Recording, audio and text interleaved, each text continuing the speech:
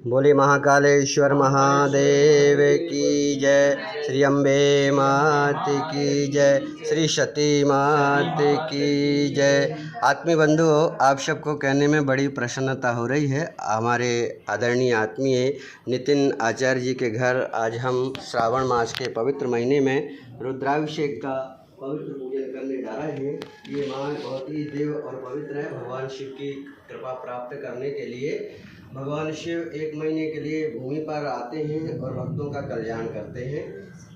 कहते जब पूजा का यज्ञ का विधान देखा जाता है तो शिववास देखा जाता है। शिव आकाश में है या शमशान में है या धरती पर है, तो भगवान शिव इस समय धरती लोक पर ही विचरण कर रहे हैं और इस समय भक्तों के कल्याण के लिए थोड़े से भी पूजा उपासना करने से वो खुश हो जाते हैं। समय का विशेष महत्व होता है। कहते हैं बेलपत्र के स्पर्श करने से ही पापों का नाश हो जाता है। लेकिन कब? जब एक विशेष समय होता था। कभी भी करो तो उसका लाभ नहीं होगा।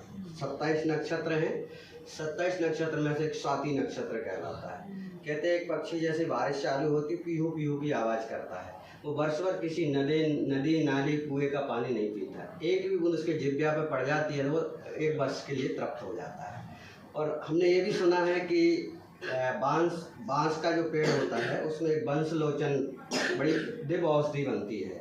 वो कब बनती है? स्वाति नक्षत्र की जब बरसात होती है तो उस पर गिरकर बंसलोचन बन जाती है।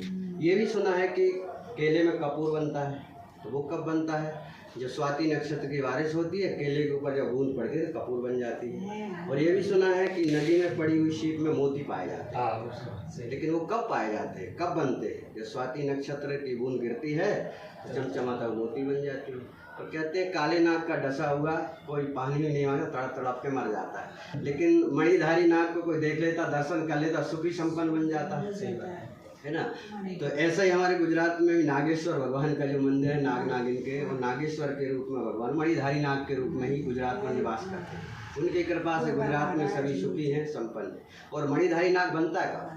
जो स्वाति नक्षत्र आता है उसकी बूंद उसके फन पे जब गिर जाती है तो वो मणिधारी नाग बन जाता है। और वही बूंद यदि स्वाति नक्षत्र की अकारण धूल मिट्टी में गिर जाती है, नष्ट हो जाती है। लेकिन ये योग और सुयोग जो विद्वान जो लोग होते हैं वो ऐसे शुभ अवसरों का लाभ उठाते हैं, उन पर थोड़ी उपासना साधना करके अपने जीवन को धन्य बनाते हैं। उसी अवसर पर हम आदरणीय आचार्य जी के घर पर आए हुए हैं विश्व कल्याण के लिए, लोक कल्याण के लिए, और राष्ट्र हमारा सशक्त समर्थ बने और आर्थिक सुदृढ़ता है और हमारे बच्चे संस्कारवान बने, उन्नति प्रगति करें। इस भावना के साथ हम शिव कृपा प्राप्त करने के लिए जा रहे हैं। माँ अम्बे से प्रार्थना करेंगे। माँ भगवती उनकी अर्धांगिनी है। भगवान शिव हमेशा ध्यान में बैठे रहते हैं। बच्चे माँ से ही प्रार्थना करते हैं, माँ पिताजी से कहो थोड़ा ऐसा कर दें,